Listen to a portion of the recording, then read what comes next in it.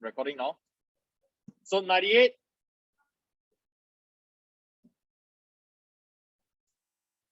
over k is a whole number. If 98 over k is a whole number, then it means that square root 98 over k is a whole number. It means that 98 over k is a perfect square. Does this make sense to you? Square root 98 over k is a whole number. Then 98 over k must be a perfect square. And what does 98 over k look like? 2 times 7 square, that is 98, over a blank. We get a perfect square. So when you divide by something, the power reduces. From 2, which is the problem. The problem is this 2. It has power 1. That means it is not a perfect square. From the 2 power 1, we're going to drop the power down to become 0. So the 2 is not going to be there anymore. And our final perfect square is actually 7 square. This is the perfect square. Because the power of 7 is 2. So how do we arrive at 2 times 7 square equals to 7 square? What are we going to divide by? Only one answer, 2. You have to divide by 2. So that you can cancel. And the answer is 7 square. So then what goes into this blank? That is our k. K has a value of 2. So you have to exercise your logic. Know what you are doing. Any questions at this point? Next. Two numbers A and B. Product of prime factors. Please do not go and evaluate. Please do not take your calculator and find out the values. Because no point. Nobody asks you to do that. It doesn't help. Now they tell you that the area of a square is B. So this refers to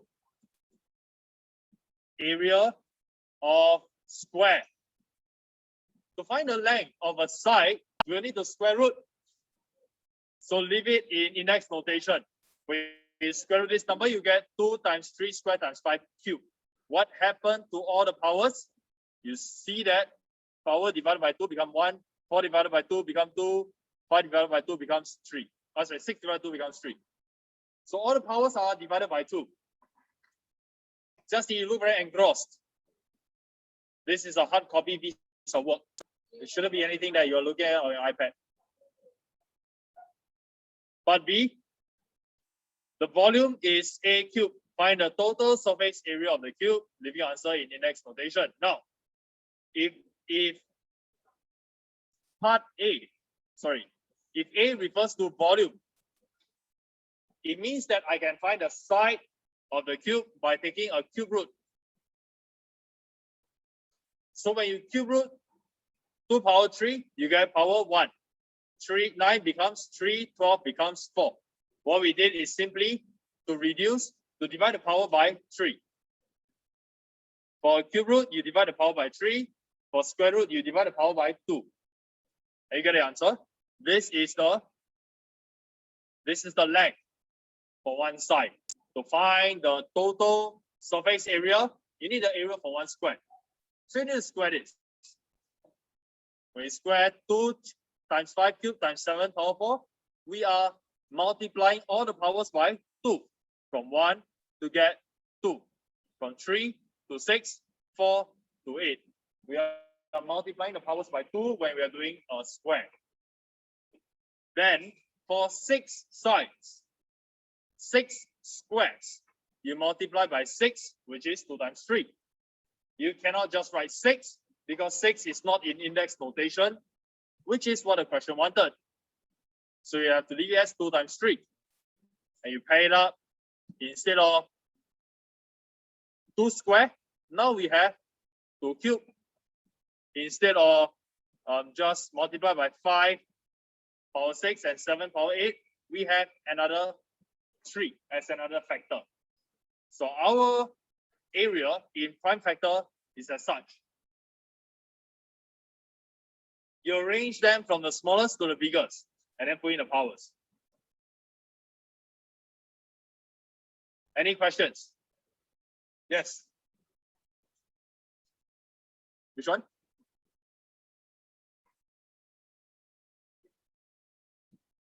Is this your question?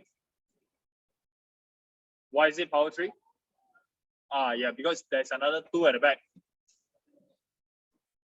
Any other questions? Using blue pen implies that you did not do your work. Did not do your work means you're not learning. Next, question 3. So popular question again. Highest common factor, lowest common multiple are 8 and 504. Now, when we are doing such questions, remember, when we find LCM and HCF, we always write down the two numbers in terms of their index notation first. Then we draw a horizontal line and we write down HCF.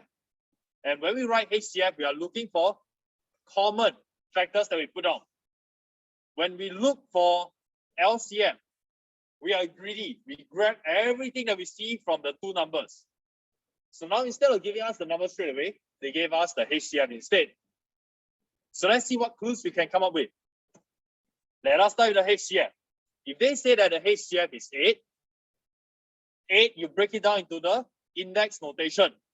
8 is actually to the power 3. What this implies, in your mind, you must be thinking, based on this, HCF is 2 power 3, numbers 1 and 2. Numbers 1 and 2 must both have 2 power 3 minimally. Both of them confirm got 2 power 3 minimum. One of it could be 2 power 3, the other could be 2 power 4. It could be one 2 power 3, the other 2 power 10. But 2 power 3 is definitely common for both of them. So as a start, we write down, okay, both of them have 2 power 3 first. Keeping in mind, one of it could be a higher power. Next, they tell us that the LCM is 504. You break your 504 down into the prime factors. 504 is actually 2 power 3, 3 power 2, and 7. Now, 504 has 2 power 3. What does that tell you now? Remember, LCM, we grab everything that we see. If both HCF and LCM, both of them are showing the same thing, 2 power 3. What does that imply to you? They both must just have 2 power 3 only. Nothing more, nothing less. Both of them guaranteed 2 power 3 only. Because 2 power 3 is common. Because the highest power is still 3. So we know for sure already. Number 1, number 2, both of them will have 2 power 3. Nothing more, nothing less. For the prime factor 2. Next, we move on to other clues that they gave. The other clue is that one of the number is 56. Well, if one of the number is 56, then the other prime factor must be 7. Because 8 times 7 gives us 56. So we have confirmed, found the value of number 1. The first number is definitely 56, broken down by 2 power 3 and 7. So now we compare that with the LCM again. Back to the LCM again. With number 1. The LCM says 2 power 3. Number 1 has 2 power 3. That was settled already. We covered all of that. Number 1 has 7 power 1. Our LCM has 7 power 1. Okay, let us sink in first. The first number has 7 power 1. The LCM also has 7 power 1. Anything surprising? Nothing surprising. It is expected, right? It appeared in number 1. It should be in the LCM. But it didn't appear in the HCF. What does that tell you? The number 7 did not appear in the HCF. What does that imply? If it doesn't appear in HCF, then it doesn't appear in number 2, right? The second number doesn't have prime factor 7. Because if it had prime factor 7, it would have appeared in the HCF. So we know that number 2 doesn't have 7.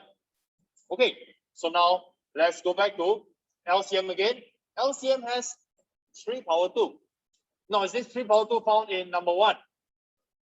Is 3 power 2 found in the first number, which is 56? No, it's not. It's just 56. 56 doesn't have 3 as a prime factor. If it is not found in the first number, and yet we say that it is an LCM, it must only come from the other place. The other number, which is the second number.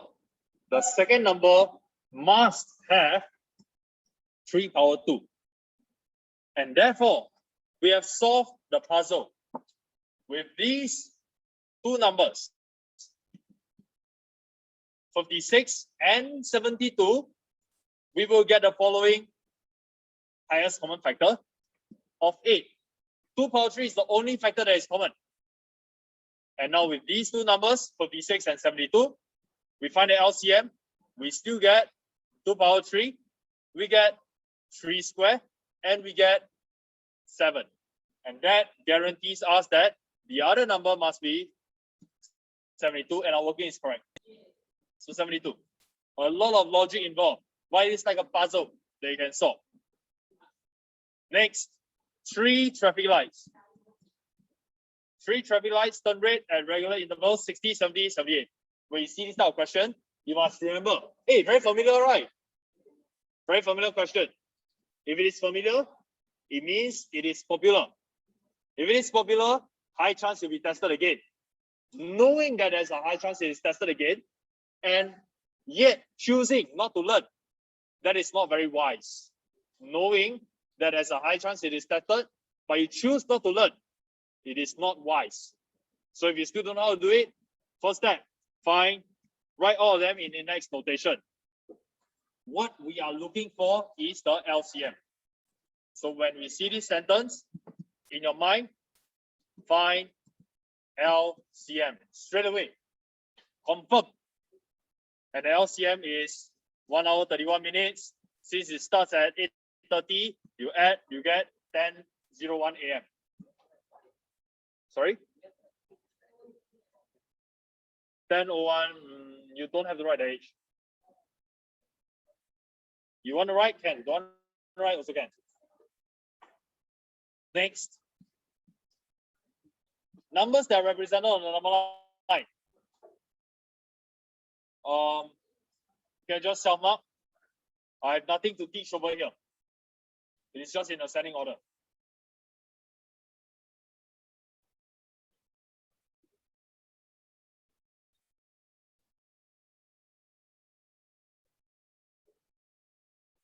Were the answers provided? No. Okay, so any questions on this page for this question? Don't have. Next. So we have the temperatures in Cambridge, 2-hour interval, 1 day. Find the difference between temperatures. Difference is simply biggest minus smallest. Doesn't matter whether the big number, small number is positive or negative. Just take big number minus small number. Negative numbers also can subtract. So we get 7. Now, the temperature at 10 o'clock is exactly midway between 10 and 8. So 10 o'clock, 8 o'clock.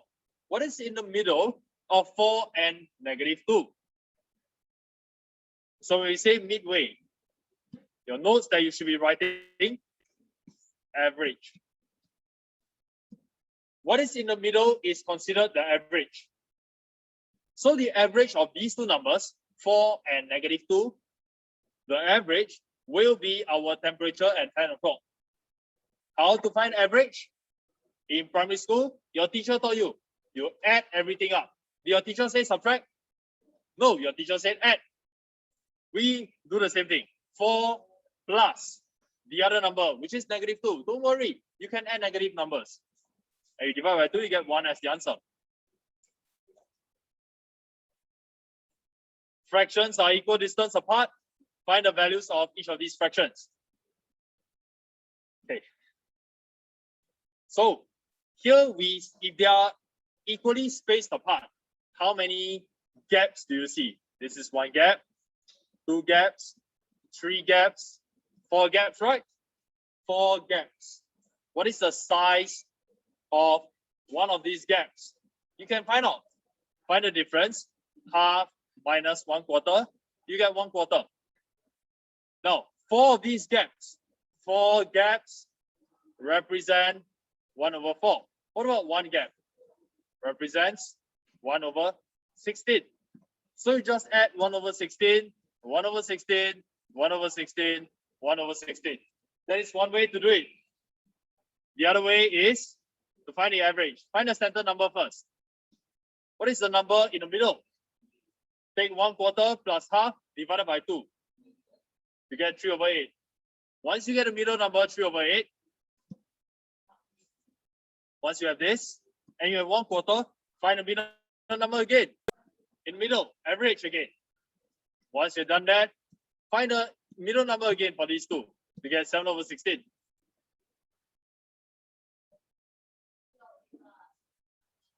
I think we did this particular question. 1/8, comma, blank, 1/10.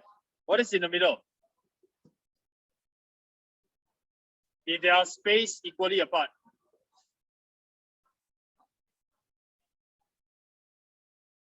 What is in the middle? If they are spaced equally apart. Is it 1/9? Is it 1/9? No, it is not. It is not 1/9. We have to take the average. Thermometer, what is shown? -13.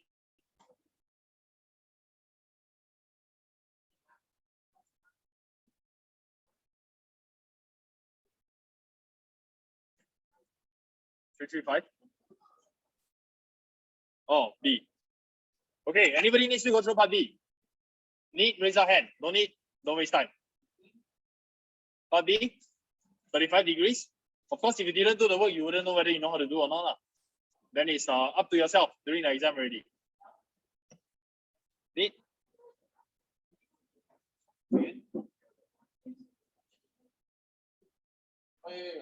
no. The unit is in degrees because they ask for angle. Okay. Question 9. Check your answer. Question 9. Every number in 1SF. We need to see 500. We need to see 0.5. We need to see 10. Anything else? Wrong. 0. 0. How can it be 0?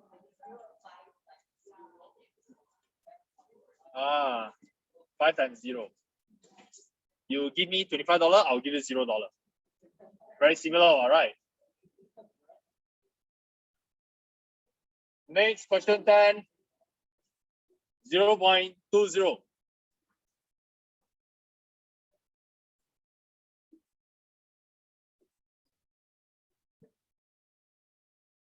Okay, I'll show the answer for question 11 on the screen.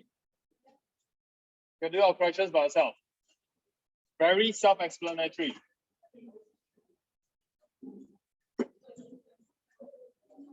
Yes. Not no. Yes.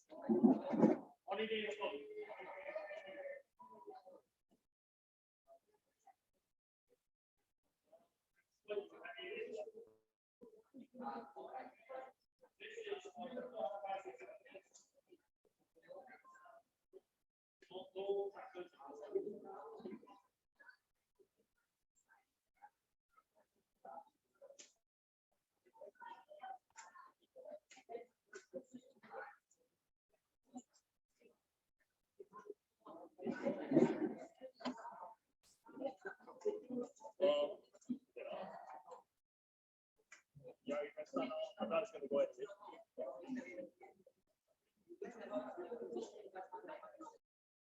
He just won the 1 half. That's what he told you.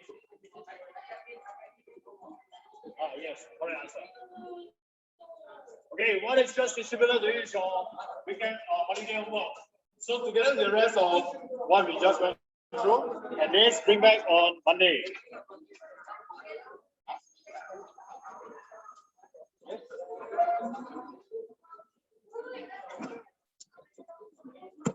What's the risk? This the top, the one that I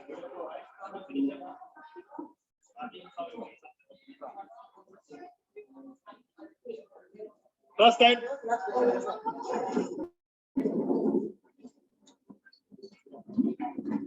I will post the answers online as well. Thank you, class.